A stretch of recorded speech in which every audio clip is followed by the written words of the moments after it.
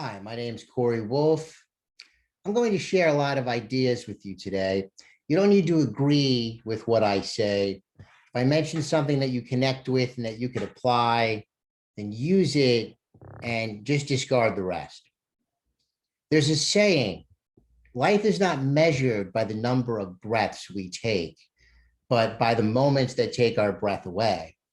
But if you've ever been punched in the gut, you know that'll take your breath away too. And those are some of the most defining moments because of what it requires to pull yourself together and continue. There are times when life just beats you down so badly, you don't want to get up. And a lot of us don't get up ever. They face some major difficulties and they crumble permanently. That's why Benjamin Franklin said, some people die at 25 and aren't buried until 75. They let the wounds of life keep them from thriving in the world. They think that's it for them. They've lost hope and accepted what they think is all that they deserve. You can even see it in their faces. They're just walking around, zombified, having given up on their dreams. But I'm here to tell you that despite the challenges of a painful season, you can still lead a joyful and fulfilling life. This reminds me of a story about a man and his 4 sons. The father had lost his legs when he was a soldier fighting in a war, but the sons always knew their father to be joyful and full of life. Every day, the sons would watch people pass through the town square, and they noticed that most had a sour look on their faces, but their father always had a positive attitude. The sons didn't understand how he could be so joyful. He never complained about not being able to walk or the extra time it took to get places. He never seemed bitter about his life. One day, the oldest son said, "Dad, we've always known you to see the good in every situation. You seem happy, while others who are able to walk seem miserable. What's your secret? Why aren't you bitter?" The father then told all his sons about a pear tree, which was a great distance from their home. He said, "If you want to know how I could be so joyful, then each one of you needs to visit this tree during a different season. And then when all 4 seasons are up, report back what each of you has found." A year later, the father called them all together and asked each of them what they observed. The son who went in the winter said, "The tree you sent me to is ugly, bent, and twisted." The son who went in the spring said, "The tree I have seen is covered with green buds and is full of promise." The son who traveled to the pear tree during the summer said, "The tree I saw is covered with beautiful, sweet-smelling blossoms." The last son who went in the fall said, "The tree I saw is ripe and drooping with fruit, full of life and fulfillment."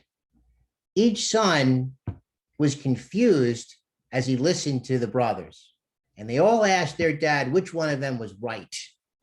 The father then said, "You are all right.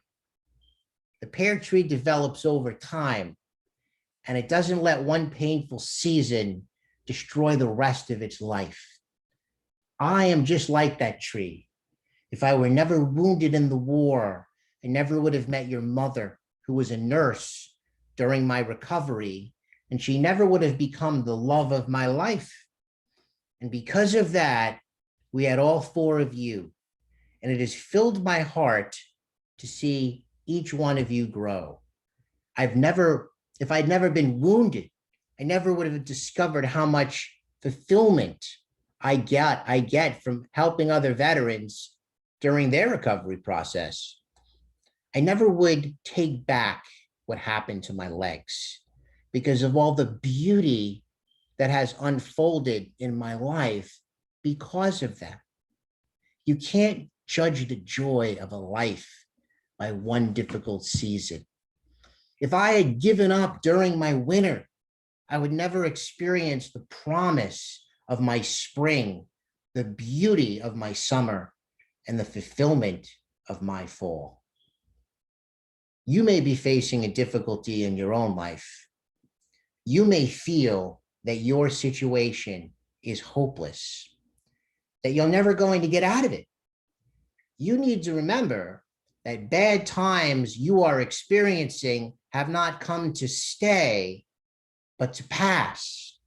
And you should not allow them to prevent you from living your best life. You also need to remember that you need challenges.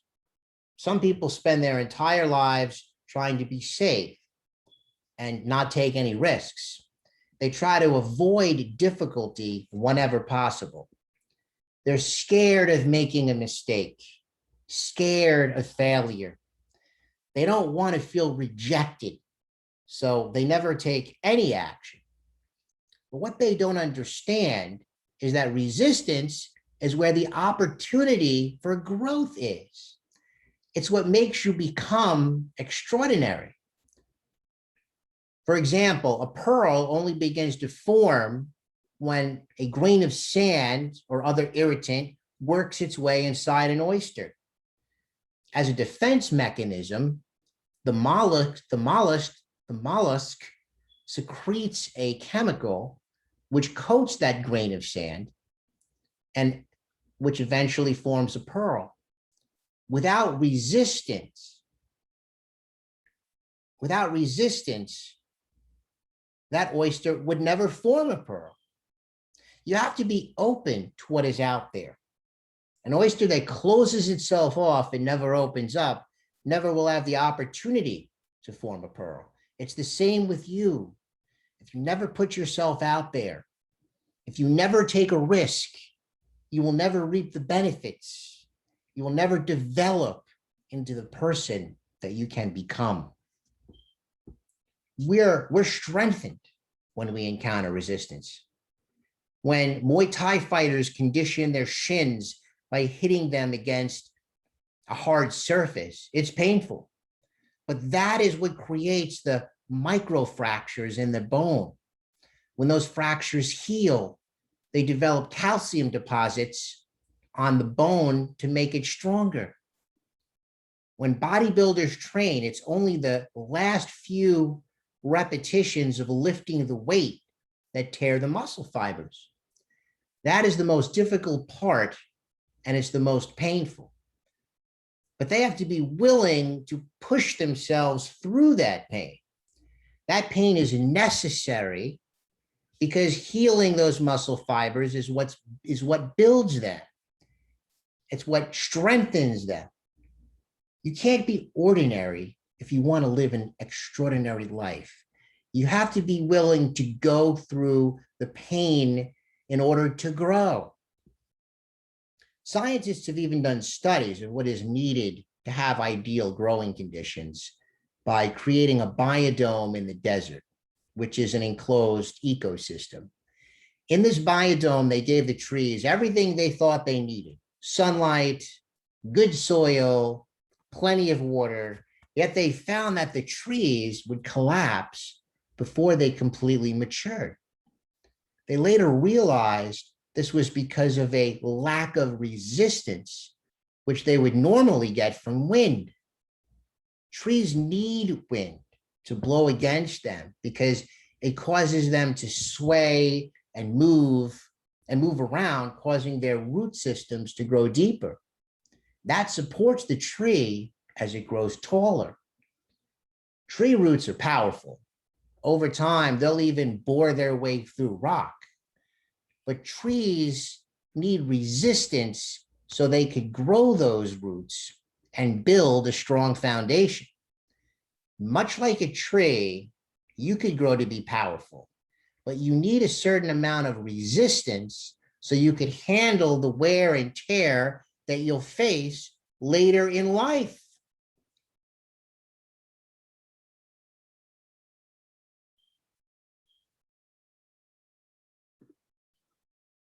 So we need resistance. Yet at the same time, it needs to be the right amount of resistance. If there's too much, it's destructive.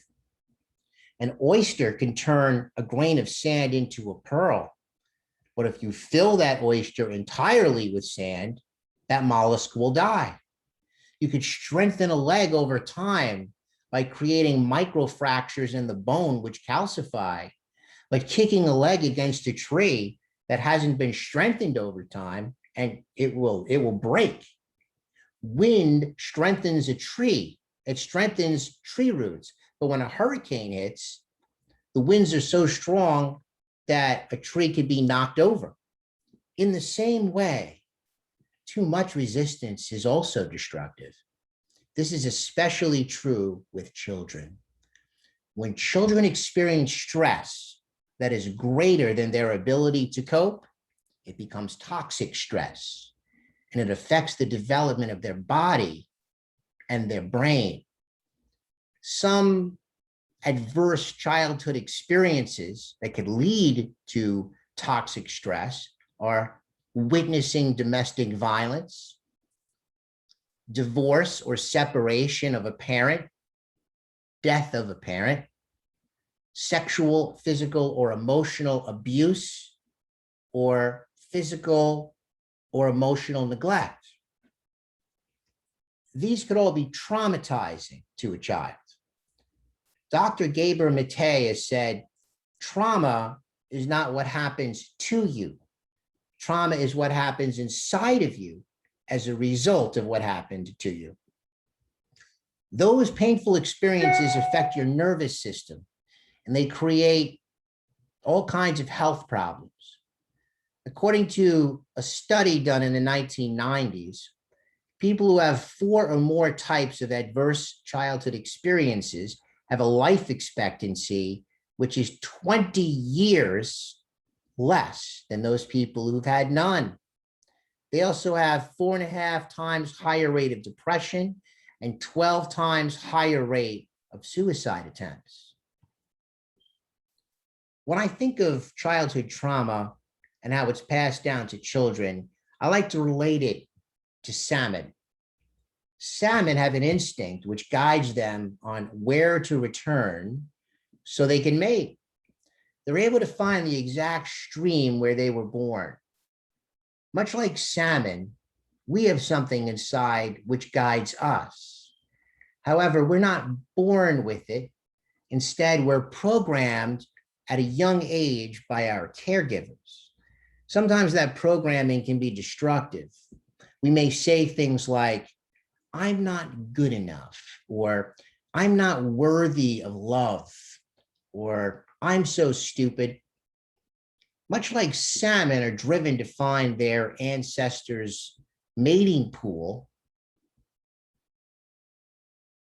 much like salmon are driven to find their ancestors' mating pool so they could create future generations, we are driven to carry out the bad programming given to us by our ancestors. Given to us, we are driven to carry out the bad programming given to us by our caregivers, and we pass it down to the next generation. We may be critical of our children like we're critical of ourselves, and pass on that belief of low self-worth.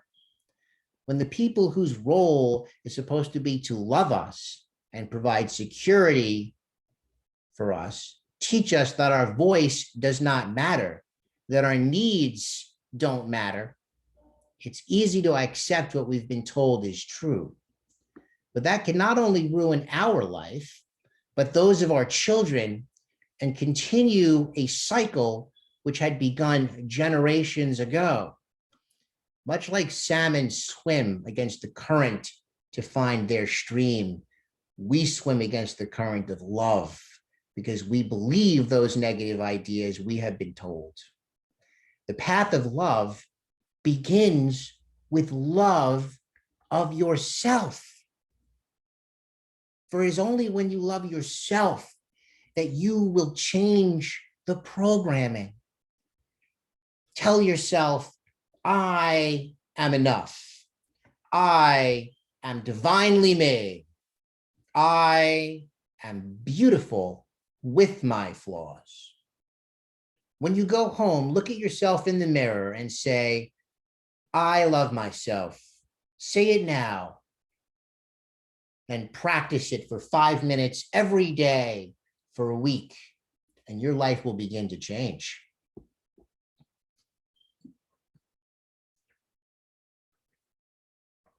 We could open ourselves up to love by the practice of letting go. We can see this with trees. For most trees, if they don't shed their leaves to prepare for winter, snow will weigh down their branches and they'll break off, or worse, it can make them so top heavy, the tree will fall over because the roots aren't strong enough to hold it up. This is exactly what happens when you don't forgive. You keep holding on to things which weigh you down. You keep feeding your pain. You keep reliving the memory of how people mistreated you. And in doing so, you hold on to your past hurts instead of shedding them. Eventually, the weight presses down so much that your branches will be ripped from you. It will uproot you. It will knock you down, and you will never be able to get up again. It'll take you out. How long could you hold off the inevitable if you don't let go? How long could you support the weight of anger on your shoulders? It's only a matter of time before it destroys you and those closest for you, those closest to you. There's a lyric from a Johnny Cash song that goes, sooner or later, God will cut you down. Well, I don't believe this is accurate. Actually, you are cutting yourself down. God gives you an opportunity to forgive, and you could either let go and grow, or you could crash and burn. Holding on to that pain is against the path of love and forgiveness. Who do you need to forgive? When are you going to let go so you could begin a new season for your life? Trauma doesn't have to ruin your life. You can heal. People will need support of a professional to resolve their childhood trauma, but it's possible, even as an adult, to nurture yourself and reclaim your life. I carried a lot of anger for years about my childhood. I was often belittled, shamed, blamed, scapegoated, threatened, and emotionally abandoned. The people who were supposed to be taking care of me struggled with their mental health.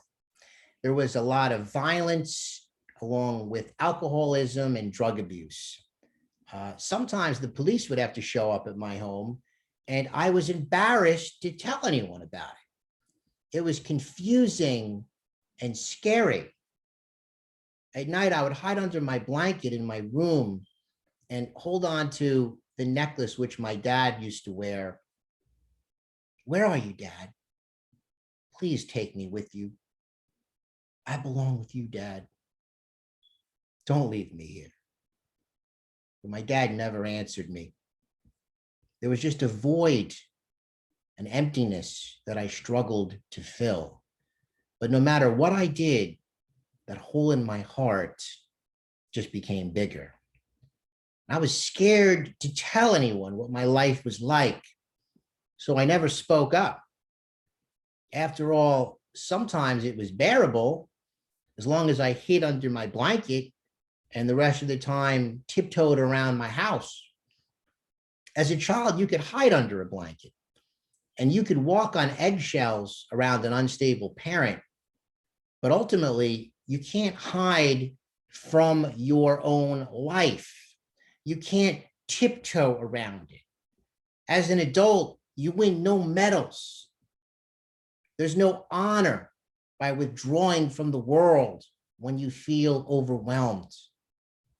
Growing up, I had a lot of negative self-talk. I was depressed and I was anxious. I had a lot of behavior problems in school. I couldn't focus. And it was difficult to heal from the experiences from my childhood. It was painful and it took a long time, but I did it.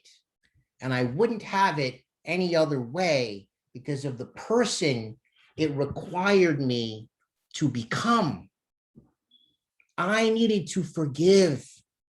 And the person I needed to forgive the most was me. I needed to learn to be kind to myself.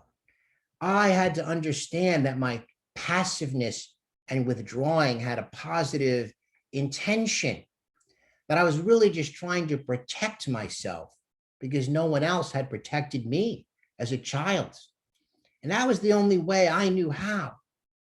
And I needed to love myself enough so I could forgive the others who wronged me. The Dalai Lama says that hate is like drinking poison and experiencing someone else to die.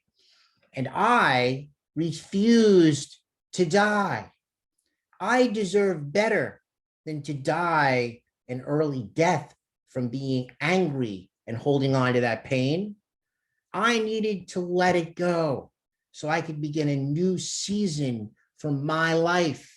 And I needed to understand that the people who wronged me had not healed from their own trauma, and to have compassion for them and to even pray for them so they could heal. A lot of people believe they have no control over their own lives. They don't feel empowered to make changes. They let circumstances determine what they can accomplish.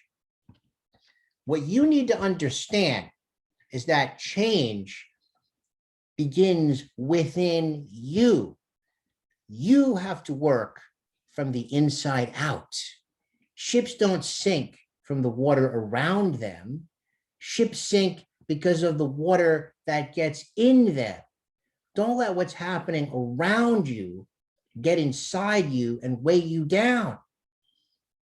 I remember the moment I understood that I could direct my own life. I was actually taking a yoga class and I was practicing breath work. And through the breath work, I felt completely different.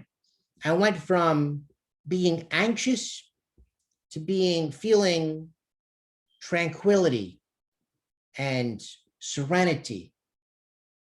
I became aware that I did not have to allow the world to affect how I feel, that I could influence how I feel. That was a revelation for me. Practicing yoga led me to other mind-body practices like Aikido. And I understood through Aikido, when I started that, I would try to match force with force because it's a martial art. I was allowing myself to be pulled into a conflict. But when you let go, when you let the attack go, when you move and let it pass by, there is no conflict. There's no fight. And I learned I can choose how I respond rather than just react. And that's true not just in Aikido, but in life. We don't need to react to everything that happens around us. We choose what our response will be. You see, when you react, you're just allowing yourself to be controlled by the world. You're giving up your own power. You can't let the outside control you. You have to work from the inside out. Yes, life can be hard. Never think your life is over, though. There's always hope. There comes a point when you have to decide, are you helpless to change your life, Or do you want to begin to heal? Doing the work to grow is hard. Recovering from trauma is hard. There are many times in life when you may feel alone, when you may feel alienated from the world because people don't understand what you've gone through. When you doubt that you have it within you to do what is necessary to move forward. But ultimately, it's up to you and what you believe is possible for your life. And I think of the verse, and be not conformed to this world, but be transformed by the renewing of your mind, that you may prove what is good and acceptable and perfect will of God. You have it within you to turn your life around. As Mahatma Gandhi has said, success does not come from physical capacity. It comes from indomitable will. You need to draw strength from your own inner determination.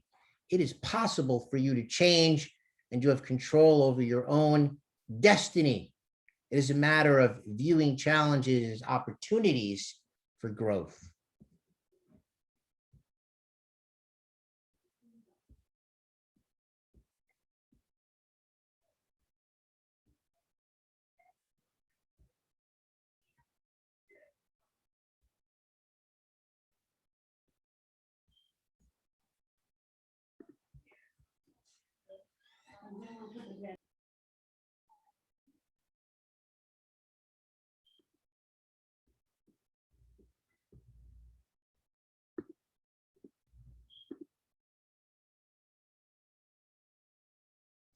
My childhood experiences awakened the greatness within me. They strengthened me. It was God's hand guiding me the whole time, preparing me for the work that I do. Viktor Frankl said, "What is to give light must endure burning." I had to experience being burned. I worked hard to heal the child so the man can be brought forth. And that is a stronger man than I ever would have been had I not had those struggles.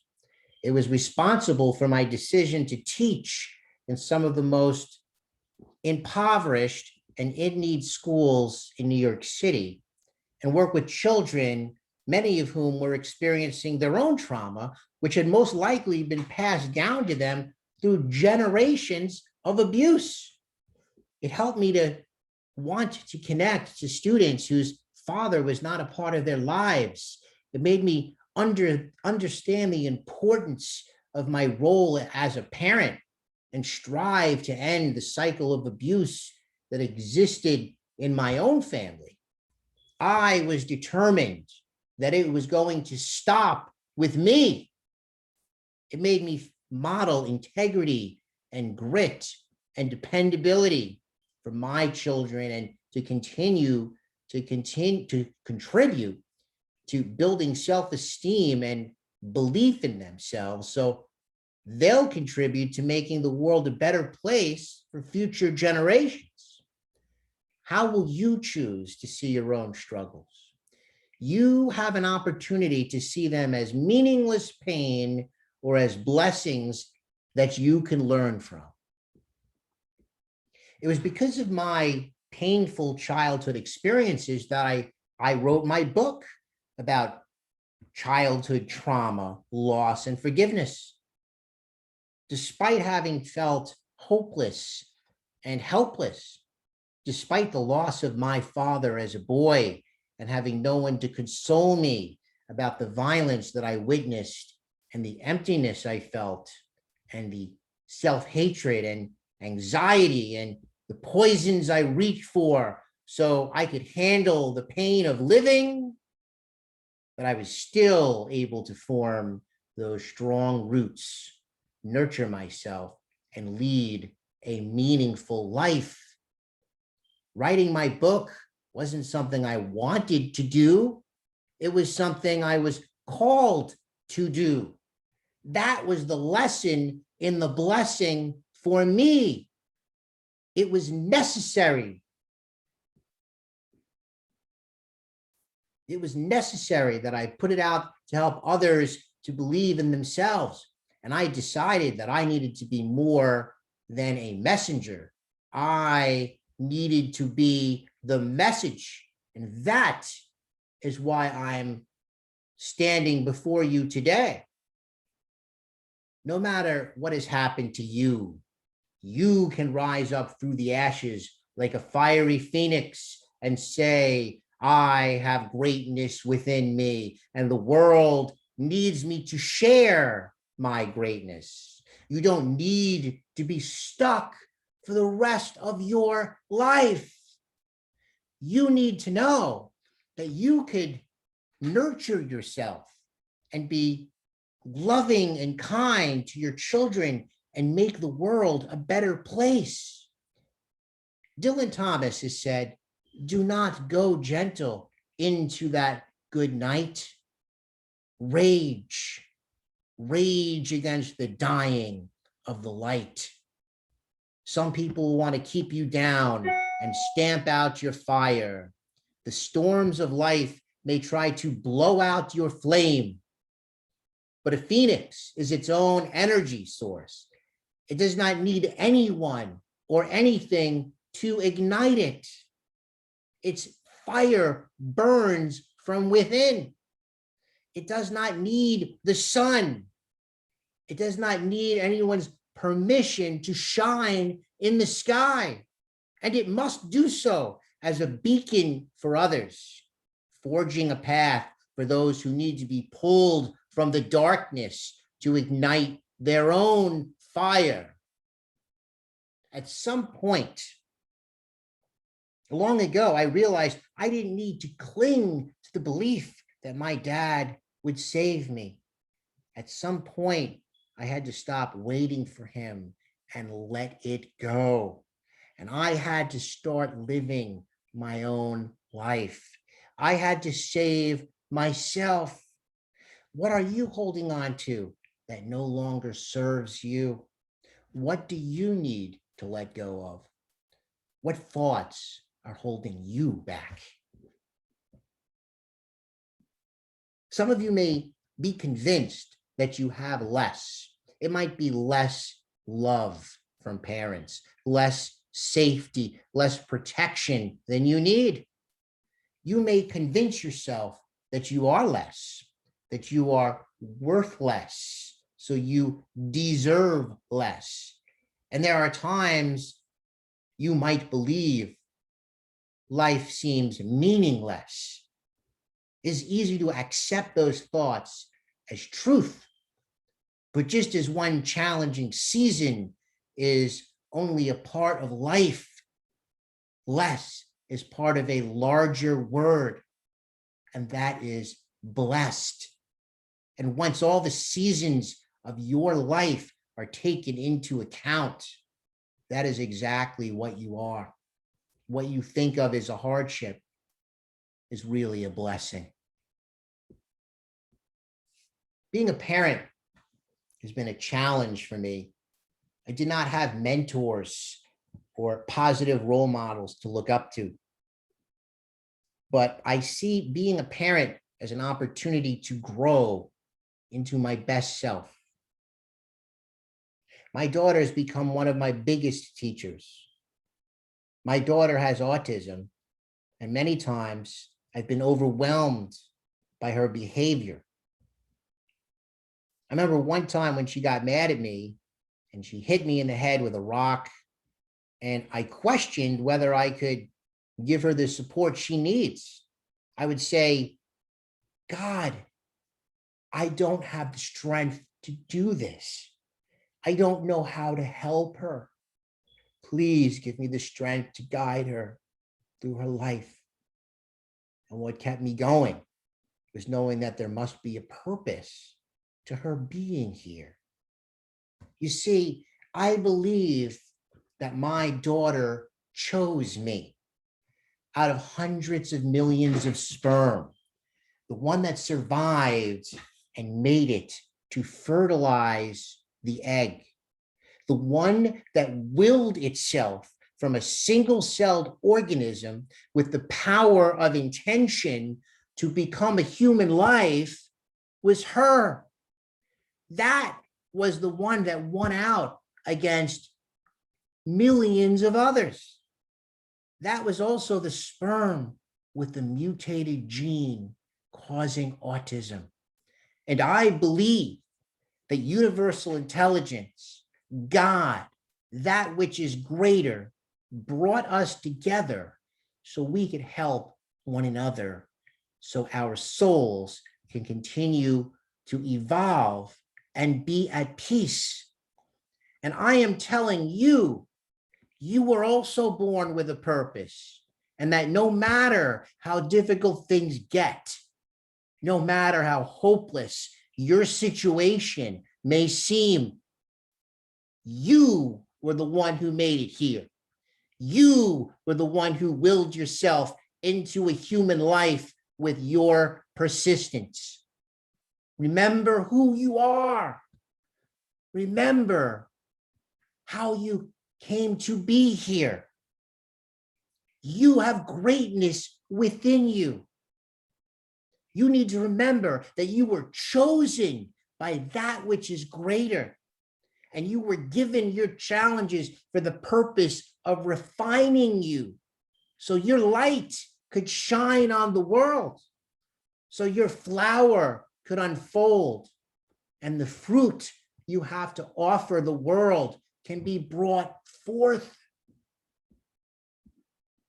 Yes, my daughter has tantrums, and I love her through her tantrums. I remember one time she was flailing on the ground and yelling, and she was biting herself to try to calm down, and I had to hold her down. And as I hugged her, I just kept saying, I love you. I love you. It's okay. I love you. And she kept screaming, let me go. Let me go. And after a while, she was quiet, and her breaths became more steady, and they slowed down. And I realized I released my grip. And as I did, she said, hold me, Daddy. And she took my hands and put them back on her. She needed me to feel safe. And I knew that it was God who put me through all of the pain as a child, so I could grow into the man I needed to become to help my own child. The hero that I had so desperately called out to as a boy turned out to be me. Don't let the pain of a difficult season stop you from living your life. The essence of who you are, the joy, the pleasure, and the love that come from your life could only be measured once all your seasons are up. And I want to leave you with this poem I wrote. Torn by strife, struck by the storms of life, lessening our flame, untamed, the rain of pain and blame, berate and shame, in the darkness of our night, we incite and remain chained. Soon we forgive and begin to live, transformed, reborn. From crisis, our brightness arises in flight. Once the child has healed, the man is revealed. Rise, Phoenix, rise, and upon the world burn bright. My name is Corey Wolf. That's my truth, and I'm living it. Peace out, y'all.